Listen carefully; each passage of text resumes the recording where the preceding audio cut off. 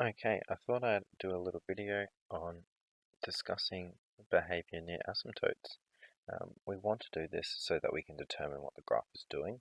It allows us to see what direction the curve is going in. It also helps us to draw our graphs. So to help illustrate all this, I thought we'd have a look at this example here. So our very first thing that we need to do is we need to find our asymptotes of f of x. So first up, if we want to find our vertical,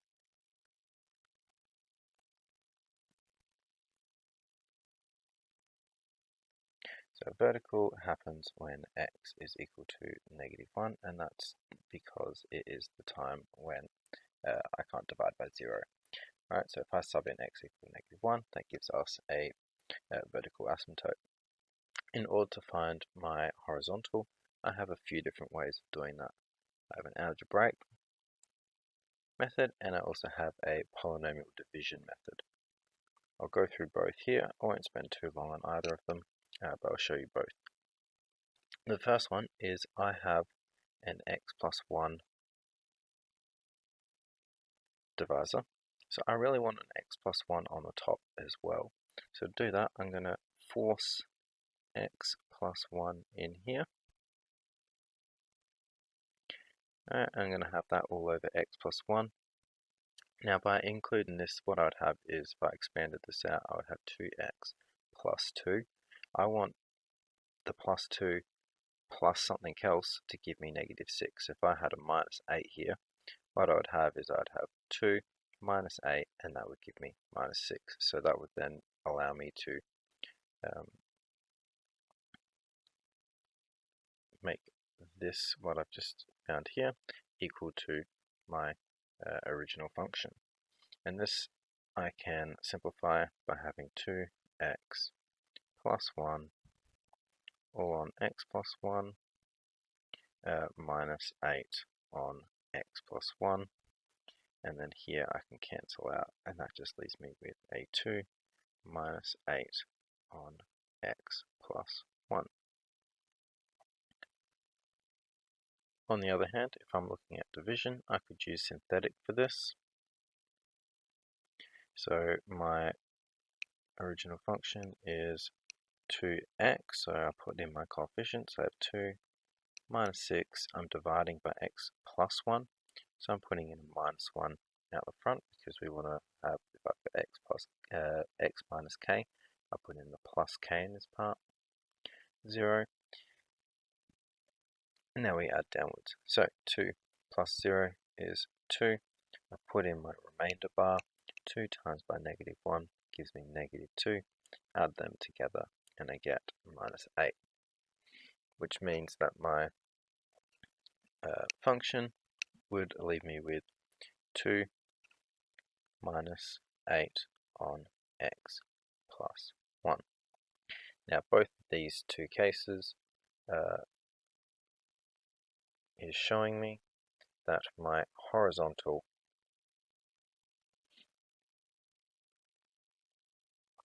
asymptote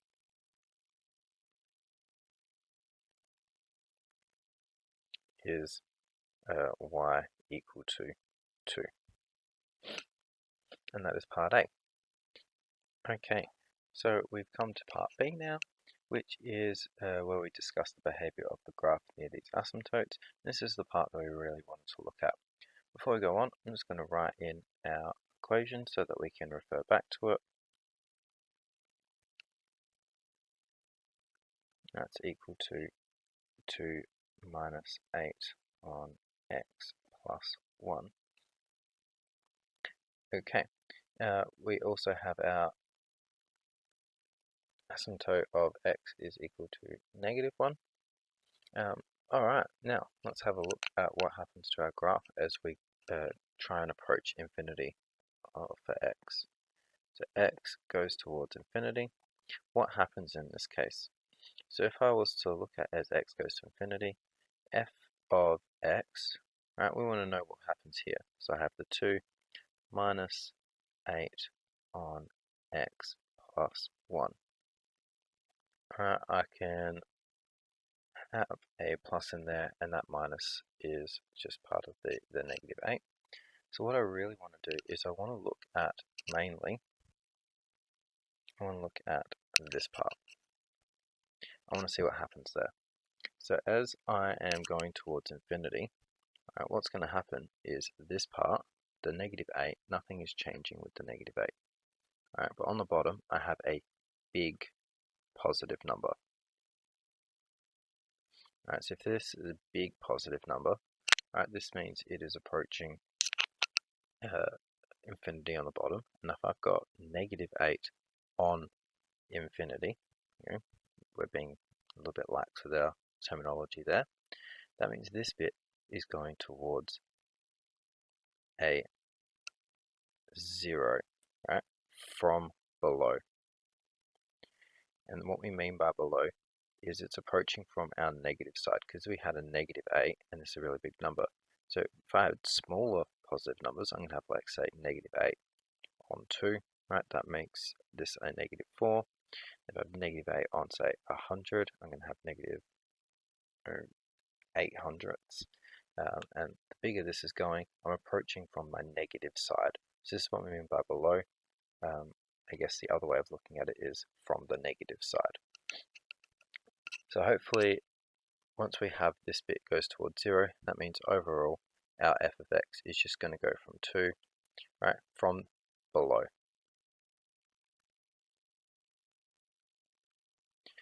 Okay.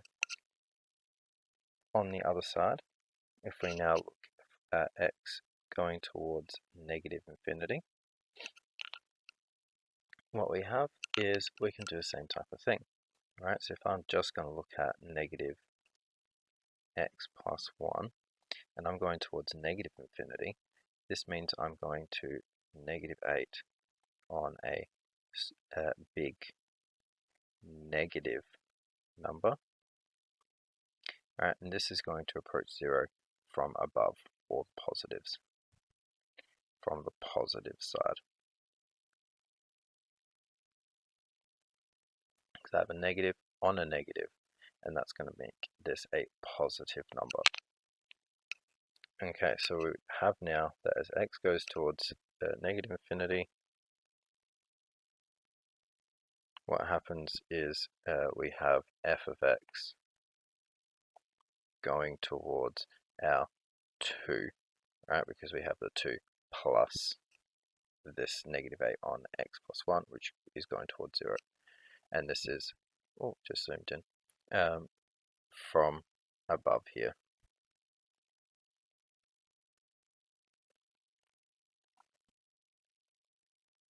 Alright, so that's those two. We do want to now have a look at what's happening as we approach our vertical asymptotes. So as x is approaching, say, -1, and we're going to say from above. And what we mean here, again, is the positive side. So that means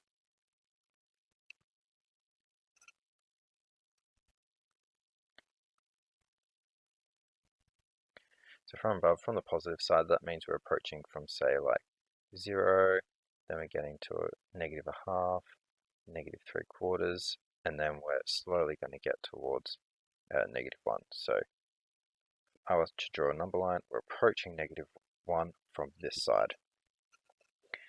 So if I'm doing that, then again, I can look at my f of x. So f of x, what is happening here?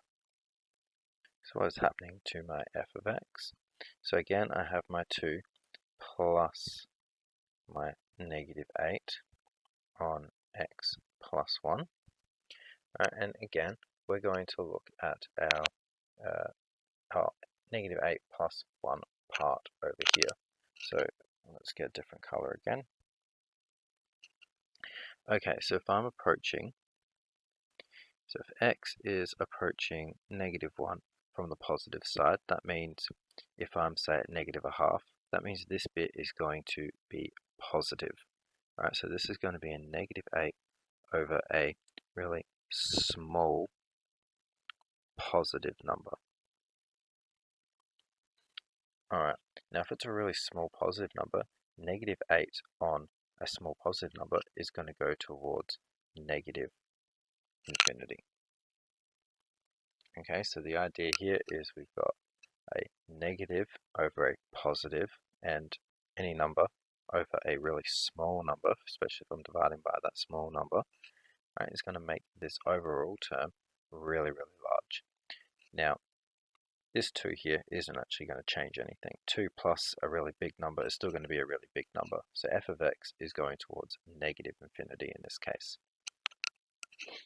And that's what's happening as x goes to -1 from above.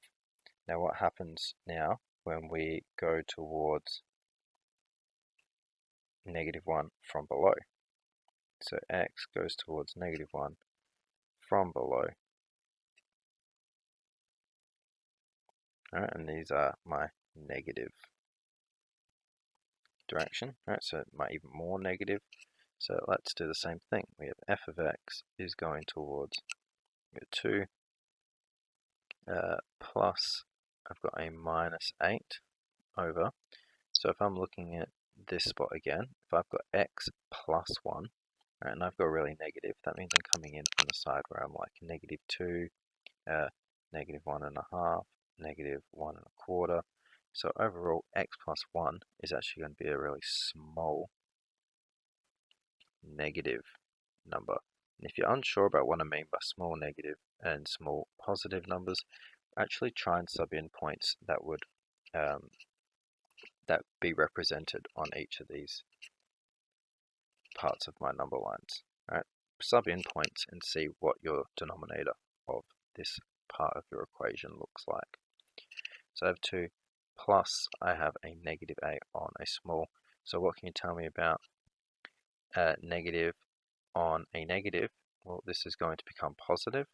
And if I have a number on a really small number, this is going towards infinity. And much the same as last time, I have the 2 plus I have a really big number. I'm just going to be heading towards infinity overall. So what this tells us, based on all of this, is it gives us an idea of what's actually happening with our graph. Right, as x is going towards infinity, I know that my graph is going towards 2, so that fits in with our horizontal asymptote that we had before. And we also have the same thing as x is going to negative infinity, we're also going towards 2. Right, so on either side, if I have my graph and I've got from below, right, it says x is going to infinity from below, so it's going in, approaching 2 from underneath. Whereas on the other side here, where we have f of x is greater than or equal to, going towards 2 from above, so we're going to have something that looks like that. On the other hand, as x is going towards -1, -1 is somewhere around here. So I know at -1, I am from below going up towards infinity, and then from below I'm going towards negative infinity. The only thing we have left is to see where we're actually cutting our axes. And that's all we have left to do, and that's part C. So part C, we have our y-intercept. So that's going to be f of 0 is equal to -6 on 1, and that is just equal to -6. So the point here is 0, -6. And then if I want to find my x-intercept, that's where I have 2x minus 6 all over x plus 1 is equal to 0, which occurs when 2x minus 6 is equal to 0. I'll rearrange that and end up with x is equal to 6 on 2, which is then equal to 3. So I have 3, 0 is my x-intercept. So if I was to put that back onto this graph, I know that I'm cutting here at -6, and I know I'm cutting here at 3, so it's going to go down something like that. And if I was to actually draw a nice version looking of my function, it would look exactly like this. Hopefully this has been helpful. If you have any extra questions, feel free to shoot me a message, and I'll see you in class.